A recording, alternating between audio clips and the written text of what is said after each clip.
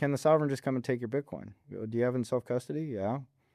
Then no. If you are a person who just goes, nope, I don't care. You can cut my fingers and toes off. You can, poke my eyes out, do whatever you want. I'm never giving you those seed words. They can never get the Bitcoin. Best I can tell, Bitcoin represents a very novel property right. Like, it's a non-sovereign granted right of exclusion to valuable property. That is a very, very, very unique thing in the history of the world, not just like in money, not just in like technology or anything. Like, it's something that's never really occurred.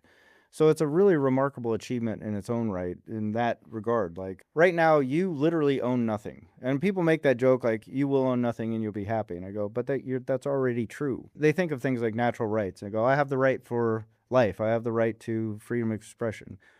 And I go, well, what happens if that right gets violated? And they go, well, it's unfair. I go, well, nobody cares about fair.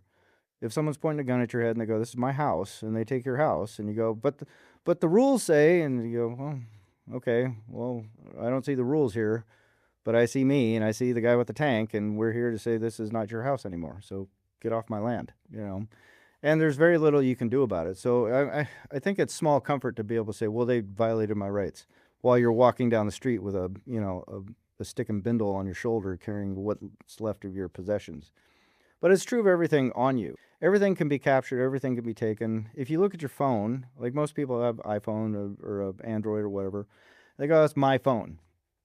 And you go, is it really though? Like, have you read the terms and conditions of underneath what's going on there? Because like, you may technically own a pile of things, but like your network access, how you use those devices, what they can do with your data, all that kind of stuff is buried in language that I don't think many human beings have actually read. Same thing, house, land, the glasses on your face. Like, all this stuff is subject to seizure. It's subject to control. Your life in general is subject to seizure and ending just on a sovereign whim. They can just come and kill you. If a Russian missile comes launching over and they got their guidance system wrong and it blew up our studio, what's your recourse? Like, you don't get to go and knock on Putin's door and say, hey, that missile thing, that was really wrong. You shouldn't have done that. You violated our rights. And you won't even matter. You're not even a mouse fart. And I mean, as a calculation, you're just collateral damage.